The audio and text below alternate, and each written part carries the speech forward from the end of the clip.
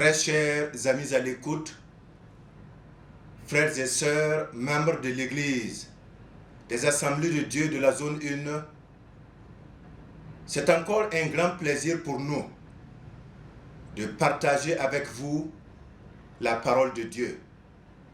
Quelle grâce pour vous et pour nous d'avoir à notre disposition cette parole qui est la lumière sur le chemin de chacun de nous. Cette parole qui éclaire le chemin sur lequel nous marchons. Quelles que soient les réalités dans lesquelles nous vivons aujourd'hui, quelles que soient les circonstances qui nous entourent, cette parole est la vie. Cette parole nous donne la vie. Cette parole garde notre vie. Et cette parole nous donne la force pour marcher et pour attendre le retour de Jésus. Nous voulons encore ce matin lire la parole de Dieu, nous encourager et tenir ferme dans notre marche vers la maison de notre Père. Nous lisons ensemble ce matin dans le livre des commencements, Genèse chapitre 39, à partir du verset 17 jusqu'au verset 23. Le titre de notre méditation, Dieu est avec Joseph en prison. Nous pouvons donc dire, Dieu est en prison. Lisons le texte. Genèse chapitre 39, verset 17 à verset 23. Il est dit dans ce texte, alors, elle lui parla ainsi. L'esclave hébreu que tu nous as amené est venu vers moi pour se jouer de moi. Et comme j'ai élevé la voix et que j'ai crié, il a laissé son vêtement à côté de moi et s'est enfui dehors. Après avoir entendu les paroles de sa femme qui lui disait, voilà ce que m'a fait ton esclave. Le maître de Joseph fut enflammé de colère. Il prit Joseph et le mit dans la prison, dans le lieu où les prisonniers du roi étaient enfermés. Il fut là en prison. L'Éternel fut avec Joseph. Il étendit sur lui sa bonté. Il le mit en faveur aux yeux du chef de la prison. Et le chef de la prison plaça sous sa surveillance tous les prisonniers qui étaient dans la prison. Et rien ne s'y faisait que par lui, Joseph. Le chef de la prison ne prenait aucune connaissance de ce que Joseph avait en main, parce que l'Éternel était avec lui. Et l'Éternel donnait de la réussite à ce qu'il faisait, à ce que Joseph faisait. Gloire au Seigneur. Dieu est avec Joseph en prison. Donc, Dieu est en prison. Frères et sœurs, nous trouvons à partir du chapitre 37 du livre de la Genèse, et ce, jusqu'à la fin de ce livre du commencement, un récit très intéressant, construit autour d'un homme emblématique, et cet homme que vous connaissez tous s'appelle Joseph. Son histoire est très particulière. Joseph, jeune adolescent, choisi par Dieu, préparé par Dieu pour jouer un rôle important dans la vie du peuple de Dieu, raconte à son père et à ses frères et à sa mère ce que Dieu a planifié pour que lui le manifeste dans sa vie et par sa vie. Très rapidement, il est haï par ses frères qui ne veulent pas que Joseph règne sur eux, que Joseph les gouverne. Ses frères alors complotent ensemble de le tuer, de l'éliminer. Ils sont habités par une haine indescriptible à l'endroit de Joseph qui portait dans sa vie la mission de Dieu, le projet de Dieu pour sauver son peuple. Un jour dans la campagne, alors que le père Jacob a envoyé Joseph pour rendre visite à ses frères qui gardaient les brebis, les frères décident ensemble de tuer Joseph. Mais comme Dieu est avec Joseph, finalement, ils le jettent dans une citerne, puis le vendent à des marchands qui l'amènent en Égypte, et à leur tour, ces marchands vendent Joseph à un officier égyptien qui s'appelle Potiphar. Et Potiphar reçoit Joseph dans sa maison comme son serviteur. Mais très rapidement, Potiphar va se rendre compte que Dieu est avec Joseph. Et parce que Dieu est avec Joseph, tout ce que Joseph fait réussit, tout ce que Joseph fait porte le bonheur de Dieu.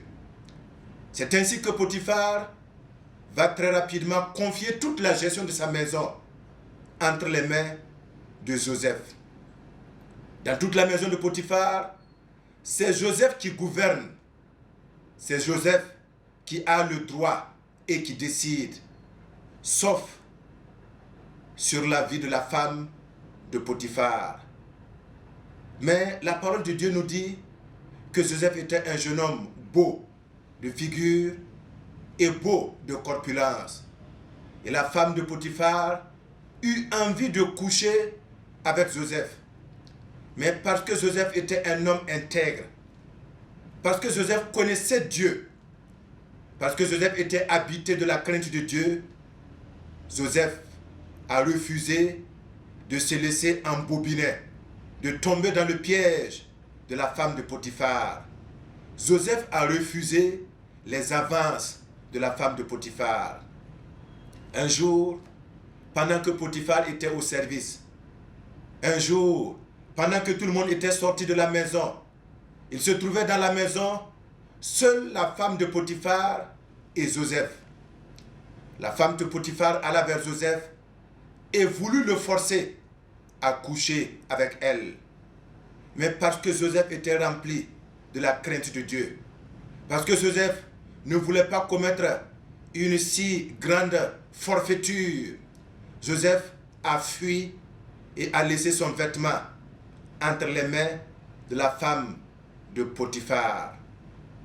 Et voilà le mensonge que la femme de Potiphar va porter sur Joseph. Gardant le vêtement de Joseph dans sa main, elle a crié et elle a fait savoir à tout le monde que Joseph est venu pour coucher avec elle. C'est vrai, quand nous sommes chrétiens, quand Dieu est avec nous, nous n'avons pas besoin de nous justifier. Dieu prendra toujours le temps de nous justifier. Ainsi, quand son mari est revenu, elle a porté à la connaissance de son mari ce qu'elle avait porté à la connaissance du grand public. Le témoignage que Joseph est venu pour coucher avec elle, alors que cela était un faux témoignage.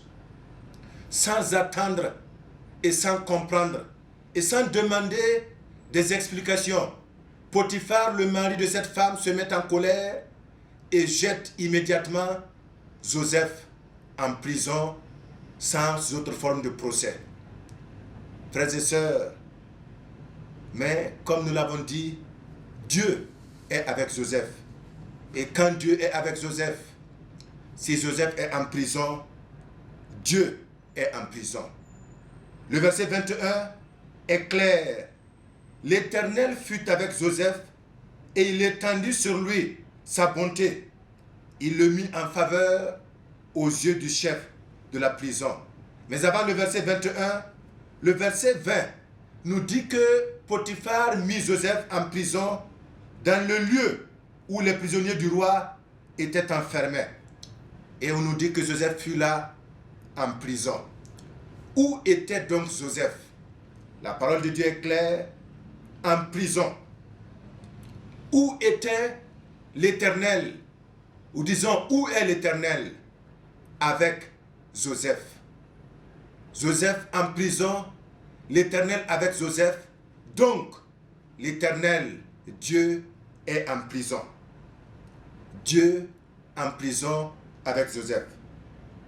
Dans Actes au chapitre 12, les versets 6 à verset 11, nous voyons Dieu en prison avec d'autres personnes, précisément avec Pierre. Nous lisons le texte. Actes au chapitre 12, verset 6 à verset 11, il est dit: la nuit qui précéda le jour où Hérode allait le faire comparaître, Pierre, lié de 2 chaînes, dormait entre 2 soldats, et des sentinelles devant la porte gardaient la prison. Et voici, un ange du Seigneur survint, et une lumière brilla dans la prison.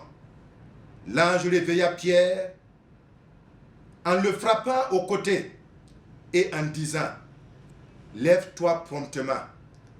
Les chaînes tombèrent de ses mains. Et l'ange lui dit: mets ta ceinture et tes sandales. Et il fit ainsi. L'ange lui dit encore: enveloppe-toi de ton manteau et suis-moi. Pierre sortit et le suivit, ne sachant pas que ce qui se faisait par l'ange fut réel, et s'imaginant avoir une vision.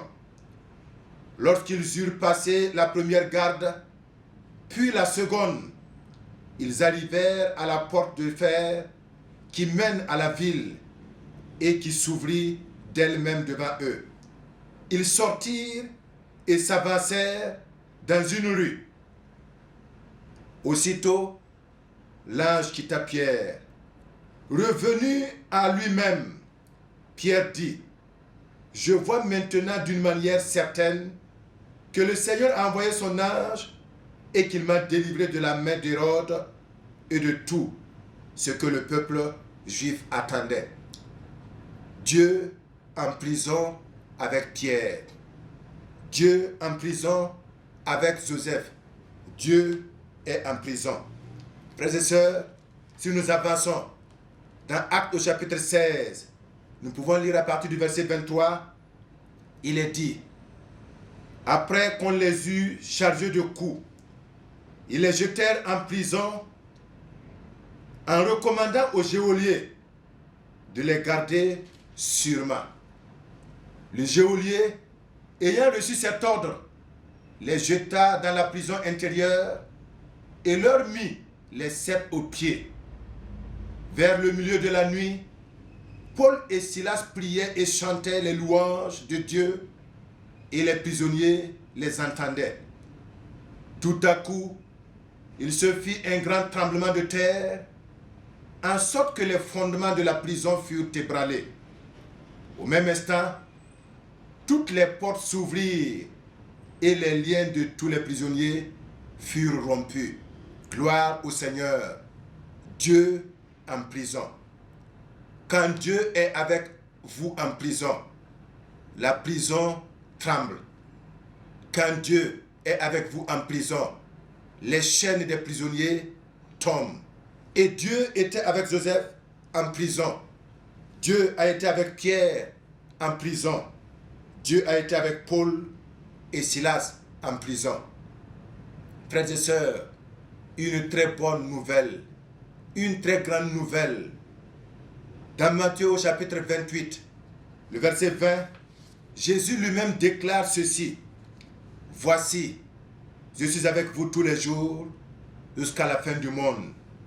C'est ici une très grande promesse que Jésus laisse à son Église, que Jésus laisse à chacun de nous avant d'aller vers son Père.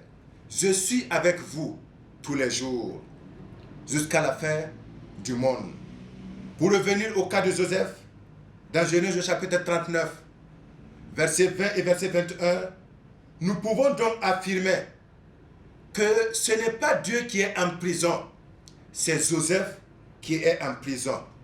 Mais puisque Dieu est avec Joseph, nous pouvons aussi dire que Dieu est en prison avec Joseph. Daniel au chapitre 3, verset 25, nous voyons Dieu, pas ici en prison, mais dans une fournaise ardente avec Shadrach, avec Meshach et Abednego. Daniel chapitre 6, verset 22, nous voyons Dieu dans une fosse au lion avec Daniel lui-même. Frères et sœurs, nous pouvons donc nous poser la question, que faut-il faire pour que Dieu soit avec nous quand nous sommes malades, quand nous sommes en prison, quand nous sommes en difficulté? En d'autres termes, que faut-il faire pour que Dieu soit avec nous dans notre réalité de chaque jour? Pour que Dieu soit avec nous, même en prison, nous avons besoin, comme Joseph, 1. De vivre dans la vérité. 2. De vivre une vie de pureté. 3. D'être un homme intègre sur toute la ligne et tous les jours de notre vie. En un mot, nous pouvons dire, pour que Dieu soit avec nous tous les jours de notre vie, vivons de manière à donner l'occasion à Dieu de se manifester dans notre vie, pour notre vie et par notre vie. Parce que Joseph a offert son corps comme un sacrifice vivant, saint et agréable à Dieu, et c'est ce que Dieu attend de toi et de moi, que tu offres ton corps, que j'offre mon corps comme un sacrifice vivant, un sacrifice saint, agréable à Dieu. Ainsi, comme Joseph, Dieu sera avec toi tous les jours de ta vie. Parce que Joseph ne s'est pas conformé au monde de son temps. Dieu voudrait que toi, tu ne te conformes pas au monde ambiant autour de toi. Que moi, je ne me conforme pas au monde ambiant autour de moi. Et ainsi, Dieu sera avec nous dans les circonstances de notre vie. Parce que Joseph avait une intelligence renouvelée par le Saint-Esprit. Parce que Joseph, ayant cette intelligence renouvelée, pouvait discerner ce qui est pur de ce qui est impur, pouvait discerner ce qui est mal de ce qui est bien. Et par la grâce de Dieu, avait décidé de prendre parti pour la pureté, de prendre parti pour la vérité, de prendre parti pour l'intégrité. Dieu était avec lui. Dieu voudrait aussi que tu aies une intelligence renouvelée. Dieu voudrait que par ces temps qui courent, ces temps de difficulté, que nous ayons une intelligence renouvelée qui nous rendrait capables de discerner le mal et le bien, de discerner ce qui est pur de ce qui est impur, et surtout que comme Joseph, que nous prenions la part de Dieu, à savoir la pureté, la vérité et l'intégrité. Ainsi, Dieu sera avec nous, ainsi Dieu sera pour nous, ainsi Dieu sera à nous. Dieu en prison avec Joseph. Qu'en est-il de toi? Qu'en est-il de moi? Qu'en sera-t-il de toi et qu'en sera-t-il de moi? Dieu acceptera-t-il aller en prison avec toi? Parce que Joseph a rempli les conditions de Dieu. Parce que Joseph a vécu dans des conditions qui permettaient à Dieu de se manifester dans sa vie et par sa vie. Parce que Joseph a demeuré dans la maison de Dieu. Autrement dit, parce que Joseph vivait dans la présence permanente de Dieu. Et c'est ce que le psaume 23 nous appelle à avoir dans notre vie de tous les jours. Le bonheur et la grâce ont accompagné Joseph dans la citerne, sur le chemin avec les marchands en allant vers l'Égypte. Le bonheur et la grâce ont accompagné Joseph dans la maison de Potiphar. Et Genèse chapitre 39, verset 5 nous dit que Potiphar a reconnu la bénédiction de Dieu dans la vie de Joseph, dans sa maison. Oui, frères et sœurs, la grâce et le bonheur accompagnaient Joseph. Et même en prison, la grâce et le bonheur accompagnaient Joseph, parce que Dieu était avec Joseph. Et toi, est-ce que la grâce et le bonheur de Dieu vont te poursuivre, vont t'accompagner dans toutes les circonstances de ta vie? En ces temps de difficulté, En ces temps où le monde a perdu ses repères, en ces temps où nous n'avons plus la possibilité de nous retrouver en grand nombre dans la maison de prière pour ensemble chanter, pour ensemble prier, pour ensemble lire la parole de Dieu, Dieu voudrait que tu portes avec toi sa présence dans ta maison, sa présence dans ton lieu de travail, sa présence dans tes jours de joie comme dans tes jours de difficulté. Dieu est avec Joseph en prison. Frères et sœurs, Dieu est en prison parce que Joseph est en prison. Qu'en est-il de toi dans tes moments difficiles? Dieu ira-t-il en prison avec toi? Dieu ira-t-il à l'hôpital avec toi? Dieu ira-t-il en justice quand tu seras appelé pour être jugé? Dieu ira-t-il en justice avec toi? Dieu dormira-t-il à jeun avec toi quand tu n'auras pas à manger? Dans un monde aujourd'hui en difficulté, un monde qui est pour nous une prison parce que nous ne pouvons pas faire ce que nous voulons, aller là où nous voulons, et nous avons été obligés de rester dans nos maisons pour plusieurs d'entre nous, de rester dans nos villes sans avoir la capacité d'aller dans une autre ville pour plusieurs d'entre nous. Dieu est-il avec nous dans ces moments de difficulté? Frères et sœurs, sachons que si nous sommes en bonne santé, demain, nous pouvons être malades. Dieu sera-t-il avec nous quand nous serons malades? Sachons que si aujourd'hui nous sommes en liberté, demain, nous pouvons ne plus être en liberté, nous pouvons aller en prison. Dieu ira-t-il en prison avec toi? Si tu dois passer par une fournaise ardente comme Shadrach, comme Meshach, comme Abednego, si tu dois passer dans une fosse au lion, Dieu sera-t-il avec toi dans la fournaise ou dans ta fosse au lion? Frères et sœurs, je lance un appel aujourd'hui. Comme Joseph, vivons une vie de vérité. Comme Joseph, vivons une vie de pureté. Comme Joseph, vivons une vie d'intégrité. Comme Joseph, vivons une vie de service. Comme Joseph, donnons l'occasion à Dieu d'habiter en nous et de se manifester dans notre vie, par notre vie et pour notre vie. Et ainsi, Dieu sera avec nous, même en prison. Et ainsi, Dieu sera avec nous, même sur un lit d'hôpital. Et ainsi, Dieu sera avec nous, même dans une fournaise ardente.